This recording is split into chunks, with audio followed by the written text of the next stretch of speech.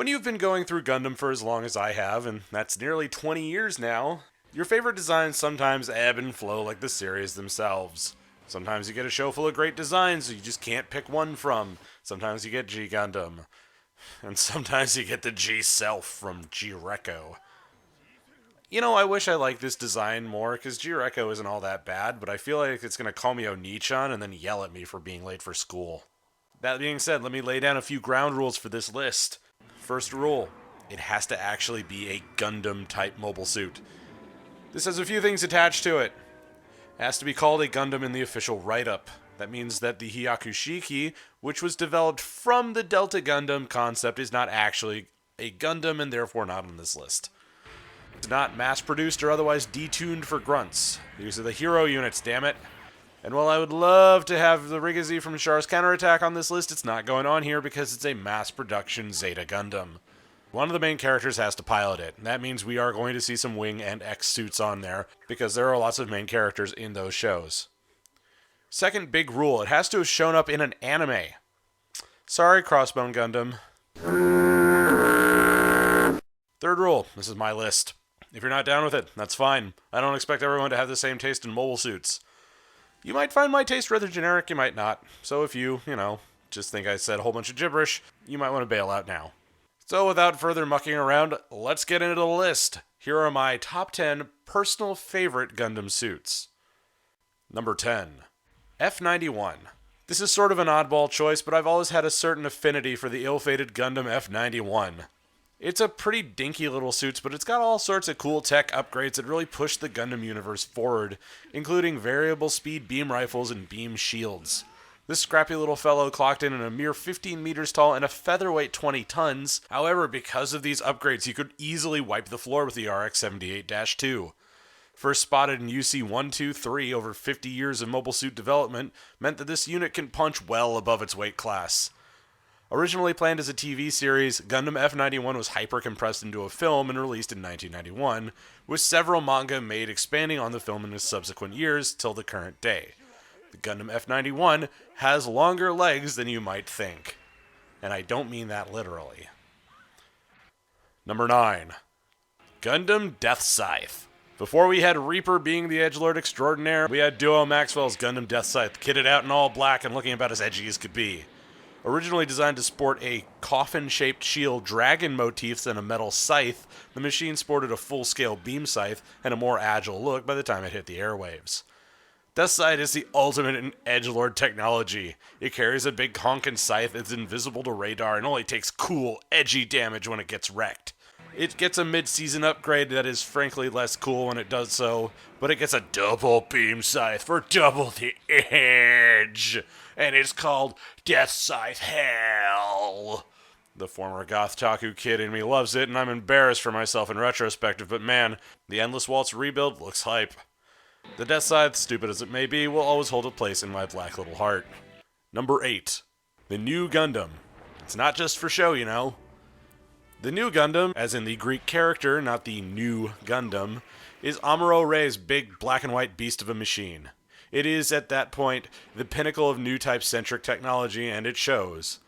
This machine doesn't seem like it has all that much to separate it from the Gundam Mark II or the original Gundam, but it's bigger, badder, and way more heavily equipped. At this point, mobile suits were being built bigger to house all their various and strange kits, and the New Gundam was just about the biggest fellow on the block. In spite of this, it's as agile as any unit piloted by Amuro Rei should be. The biggest upgraded features are those 4 funnels on its back. New type use only weapons that can harass enemy units, form beam shields, and otherwise cause havoc on enemy formations. Amuro saved the best for last when he took on Char Aznavour in 0093, and that lands it on this list with a plum. Number 7. Gundam Air Master. I usually don't have much love for transformable mobile suits. I think they're kind of gimmicky. When that's the main feature of their mobile suit, what's the full draw? I'll just watch Macross instead. But the Gundam Air Master from Gundam X has this weird place in my heart, and it's probably because it has Char's helmet for a V-fin. But in spite of that, it's got a host of neat tricks, like being able to control drone units and double-fisting beam rifles like a boss. On top of that, it's got a snazzy red paint scheme, and the transformed mode looks fairly practical for a highly impractical war machine. It does get shot down, but it comes back with a new paint job and a whole new set of weapons as the Air Master burst. which was much more tuned up and even more agile in the air. The machine may not look like much, but it's got it where it counts, under the hood. Number 6, the Lightning Gundam. This is the first of two twofers for me. Now, I mentioned earlier in the vid that I have a great affection for the Rigazi, but it's not technically a Gundam. Well, Gundam Build Fighters Try came along and said, well, what if it was?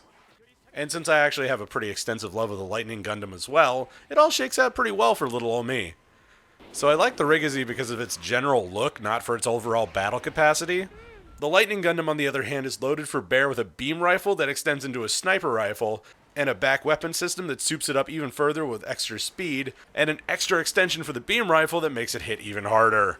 If this thing wasn't in the Build Fighters universe, it would be a monster of a mobile suit.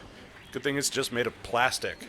Interestingly enough, the final form of the Lightning Gundam is the Lightning Zeta Gundam, which means that it technically takes a step back in mobile suit design. Sort of a weird turn. Number 5, Turn A Gundam. It can get a little dicey to tell some of these mecha apart some days, but nobody ever forgets which one the Turn A is. Designed by Sid Mead, whose work on Blade Runner gained him an international acclaim, the Turn A is one of the few mobile suits that really stands out in a sea of predominantly white Gundam units. From the mustache to the helmet design to the strange arm and leg construction, the Turn A is really one of a kind. Couple that with an exceptionally powerful weapons array, and the way it makes use of the entire space of the mobile suit's interior, and you have a suit that can hang with the best. The peculiar design fit well with the faux 1920s look that Turn A had going on as a series, and while it may seem puerile, the phrase cockpit has never been so spot on. Add this in with the pilot Laurent Cahac's unique character design, and you've got one heck of a unit for a really solid series. I feel like the design of the Turn A really informed the way the show came together, and while it's kind of an ugly duckling compared to the rest of the mechs on this list, it's got enough charm to make it here. Number 4, Build Gundam Mark II. And today's answer is the next twofer. The original Gundam Mark II is about as close to a perfected version of the original Gundam that exists. It's got all the bells and whistles that the original Gundam had, and it has been brought up to speed, then pressed well beyond the current mobile suit standards of 0087. Furthermore, when the AU got their mitts on it, it was painted in colors closer to what Yoshiyuki Tomino had originally intended for the original Gundam. It was a simple but elegant design that could also equip a back unit that enhanced it into the Super Gundam, quote-unquote. Then after that, in Gundam Build Fighters, Sei Iori took it for a spin and boosted its performance through the roof. Because of the way the unit was designed, there was precious little he could do to improve on it, but he could upgrade the weapons array. So he built on some beam cannons, gave it a cooler headdress, and said, good enough. I'm inclined to agree. Number 2, V2 Assault Buster Gundam. Good things come in small packages. The Victory 2 Gundam is not a large suit by any metric, so kitting something that compact out for fortress busting is a little bit of a trick. The League Militaire had 2 sets of armor for this mobile suit, the Assault form and the Buster form, but when it came down to having to beat some of the higher performance suits that the Zanskar Empire had up its sleeve, they had to go for broke and kit out the Victory 2 with both sets. This machine had a mega beam cannon, beam rifles, a beam shield, harsh language, sharp sticks, supersonic ball busters, and an anti-beam coating to knock it all off. This is pretty much the nastiest mobile suit of its time, and it deserves its spot on the list because it's super flipping awesome. Number 2, Gundam Alex. If the Gundam Mark II was the perfect version of the RX-78, the NT-1 Alex Gundam was the advanced version of the original Gundam. I have a great fondness for all of the mobile suits presented in Gundam 0080, and this one is the one on the top of the heap for those designs. This is less of an overhaul like the Mark II and more of a refinement, keeping the elegance of the original design, but adding more interesting flourishes.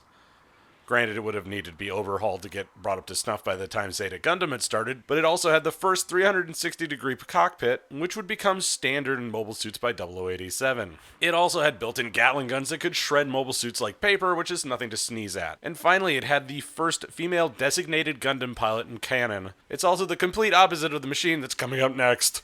Number 1, Gundam Epyon. I've used words like elegant and streamlined to describe a lot of units on this list, but that's all out the window when I talk about the Epyon. Words like brutality, danger, and rage, however, seem to fit. Even though the 2 primary pilots of the Epyon, Zex Marquise and Treize Kushernada, were some of the coolest and most collected pilots in the Earth sphere, the suit itself exudes a sense of fury, and its weaponry, entirely hand-to-hand, seems to agree.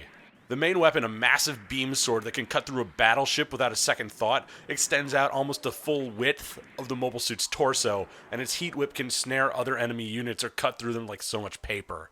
It's a terrifying unit, and I love the whole thing. And better yet, it transforms into a two-headed dragon. That one, well, nothing's perfect, right? So by now you've noticed that there's nothing in here from Gundam Seed, Gundam 00, Iron-Blooded Orphans, G Gundam, 0083, or from G-Reco. Well, that's because I'm not super hyped up on the designs. I like Exia and Barbados alright. Dual Gundam is kinda snazzy, but otherwise these shows don't really get my engine revving in the mecha direction. I might do a top 10 worst Gundam designs in the near future, but for now I think this should be enough to get the comments hyperventilating.